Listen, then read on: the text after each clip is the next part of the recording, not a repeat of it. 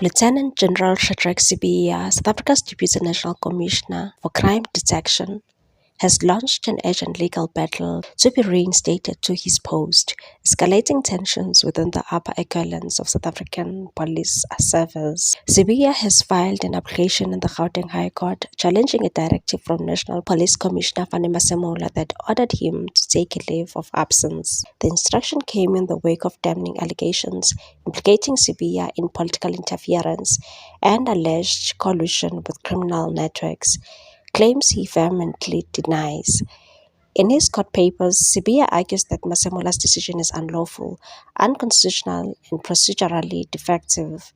He maintains that the directive bypasses established disciplinary procedures and violates his rights to a fair process. Sibiya wrote in his affidavit, "The directive is an abuse of authority," adding that it undermines the principles of natural justice by sidelining proper channels for the handling misconduct.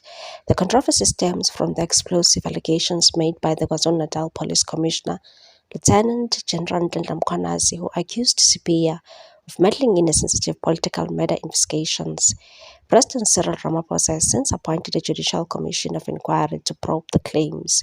Sibiya is now seeking urgent relief from the court, not only to be reinstated while the inquiry unfolds, but also to prevent Masemola from initiating any parallel disciplinary proceedings in the interim. The case has thrown a spotlight on growing fractures within SAPS leadership and raised serious questions about the transparency, internal accountability, and politicization of the police service. Legal and governance experts have warned that the outcome could set a precedent for how allegations of misconduct are handled at the highest levels of law enforcement. A ruling is expected in the coming days. As the judicial inquiry looms, Sibiya's court bid marks a crucial juncture in a saga that could reshape the future of policing oversight in South Africa. What's your take on this one, people? Thanks for watching. Please subscribe for more news.